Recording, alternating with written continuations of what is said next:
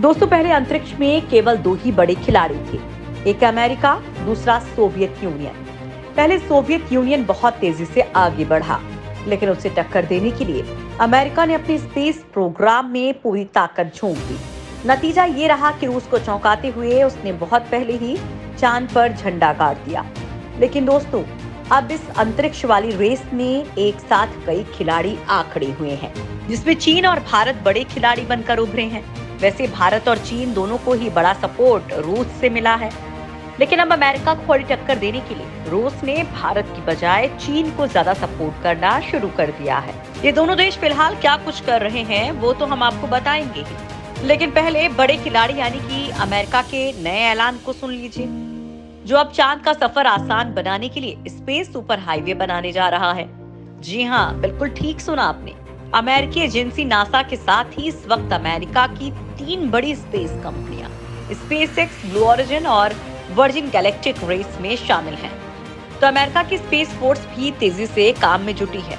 यानी दोस्तों, अंतरिक्ष में बहुत कुछ बड़ा होने वाला है और आपके लिए ये जानकारी बहुत ही जानदार है, लिहाजा इसके साथ बने रहिए। धरती के बाद अंतरिक्ष बन रहा महासंग्राम का मैदान। चीन और अमेरिका में चांद को लेकर छिड़ी जंग। भारत के जिगरी रूस ने थामा चीन का दामन, तो स्वदेशी के दम पर भारत ने भी बढ़ाए कदम। अंतरिक्ष की रेस में दोस्तों, इस वक्त सबसे तेज दौड़ने वाला खिलाड़ी अमेरिका ही है, लेकिन चीन ने भी अपनी रफ्तार बढ़ा दी है।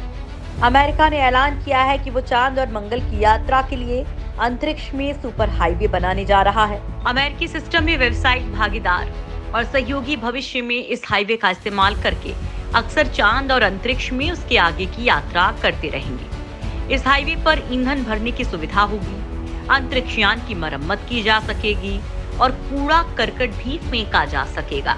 अमेरिकी सेना की कोशिश है कि चीन का मेगा स्ट्रक्चर बनने से पहले ही वो ये सुपर हाईवे बना ले। अंतरिक्ष में मेगा स्ट्रक्चर बना रहा है चीन। दोस्तों, इस वक्त अमेरिका और चीन पहले चांद पर दोबारा पहुंचने की दौड़ में लगे हुए हैं। दोनों उस स्थान की तलाश में लगे हैं कि चांद के किस हिस्से पर भविष्य में अड्डा बनाया जाए। चीनी ड्रैगन पृथ्वी की कक्षा में कई किलोमीटर बड़ा विशालकाय मेगा स्ट्रक्चर बनाने की तैयारी कर रहा है। इसमें solar power plant, tourist complex, gas station से लेकर एस्ट्रॉइड खनन की भी सुविधा उपलब्ध होगी। चीन की नेचुरल साइंस फाउंडेशन ने 5 साल के प्लान की घोषणा करते हुए शोधकर्ताओं को टेक्नोलॉजी और टेक्निक विकसित करने का निर्देश दिया है। इस स्ट्रक्चर के निर्माण में हल्के वजन वाली चीजों का इस्तेमाल किया जाएगा ताकि इन्हें मौजूदा रॉकेट से कक्षा में पहुंचाया जा सके। वैज्ञानिकों को कक्षा के भीतर चीजों को स्थापित और कंट्रोल करने के लिए भी तकनीक की जरूरत होगी। चीन की सरकार ने कहा है कि स्पेस में मेगा प्रोजेक्ट्स की तत्काल जरूरत है, जिसके लिए विशालकाय अंतरिक्ष की आवश्यकता होगी ताकि वे कक्षा में स्थापित किए जा सके।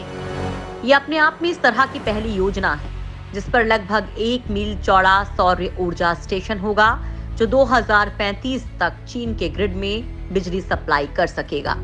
तो वहीं दूसरे प्रोजेक्ट्स में ऐसे कई बड़े ऑर्बिटल प्लेटफॉर्म होंगे जो कई मील स्पेस को कवर कर सकेंगे।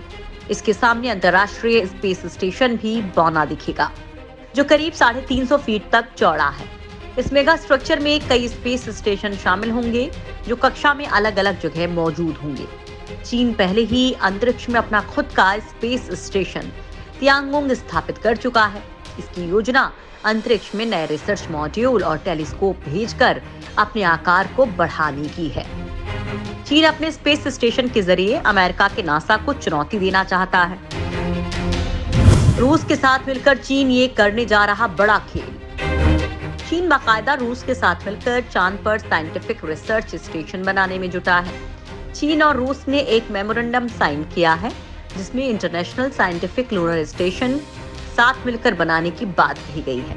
रूस के बयान के मुताबिक ये स्टेशन एक एक्सपेरिमेंटल रिसर्च फैसिलिटीज का कॉम्प्लेक्स होगा जो चांद की सतह पर या उसकी कक्षा में होगा। इसे अलग अलग तरीके से और अलग अलग उद्देश्यों के साथ रिसर्च करने के लिए डिजाइन किया गया है। बेस चांद को एक्सप्लोर करने और उसे इस्तेमाल करने, मूलभूत रिसर्च और तकनीक के विकास पर ध्यान देगा। ये मानव रहित और इंसानों के लायक हर तरह की क्षमताओं से लैस होगा।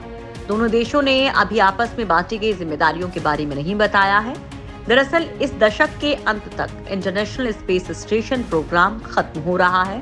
ऐसे में माना जा रहा है कि चीन के साथ जाकर रूस अमेरिका और दूसरे देशों से अलग होने की कोशिश कर रहा है।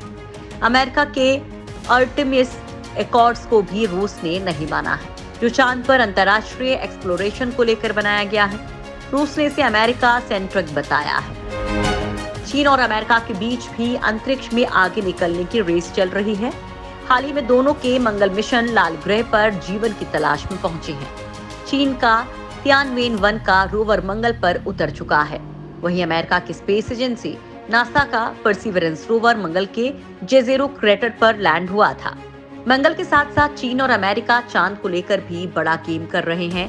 चीन चांद से जमीन के टुकड़े धरती पर लाने में कामयाब रहा है और उसका ये मिशन काफी सफल रहा है। लिहाजा आने वाले वक्त में अंतरिक्ष में बड़ी रेस होने वाली है। हालांकि इस मामले में भारत को बड़ा नुकसान झेलना पड़ा है। भारत को स्पेस सपोर्ट देने में रूस ने लगाया अड़ंगा।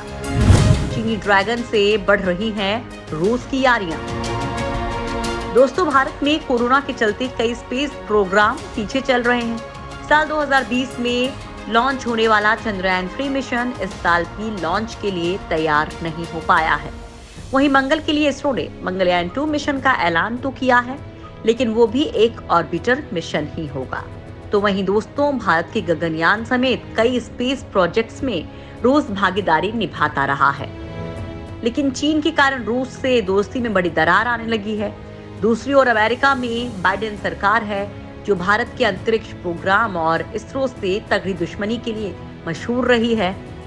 खुद मौजूदा अमेरिकी राष्ट्रपति बाइडेन ने साल 1992 में भारत के क्रायोजेनिक इंजन तकनीक पर रोड़े अटका दिए थे, जब रूस भारत को ये तकनीक देने के लिए तैयार था, लेकिन बाइडेन ने तत्कालीन राष्ट्रपति जॉर्ज बुश के जरिए इसे रुकवा दिया था।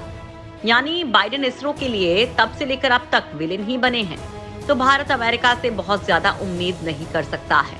वहीं दूसरी ओर चीन के चक्कर में रूस भी हाथ से छिटकता जा रहा है, जो फिलहाल भारत के अंतरिक्ष यात्रियों को ट्रेनिंग दे रहा है। अब बड़ी बात यह है कि रूस अब चीन का इस कदर साथ क्यों दे रहा है। तो दोस्तों, अब तक धरातल पर रूस और अमेरिका के बीच दुश्मनी जारी है, लेकिन अंतरिक्ष में अमेरिका रूस के रॉकेट का ही इस्तेमाल करता रहा है।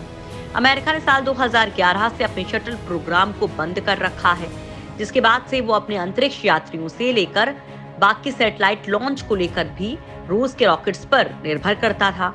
अमेरिका की स्पेस एजेंसी नासा रूसी सोयूज स्पेसक्राफ्ट की मदद से अंतरिक्ष में प्रोग्राम चलाती रही है, लेकिन पिछले साल स्पेसएक्स के क्रू ड्रैगन स्पेसक्राफ्ट से नासा ने 2011 के बाद पहली बार अपने एस्ट्रोनॉट्स भेजे थे। अब नासा को एलन मस्क की स्पेसएक्स का सपोर्ट बेहद सस्ता पड़ रहा है।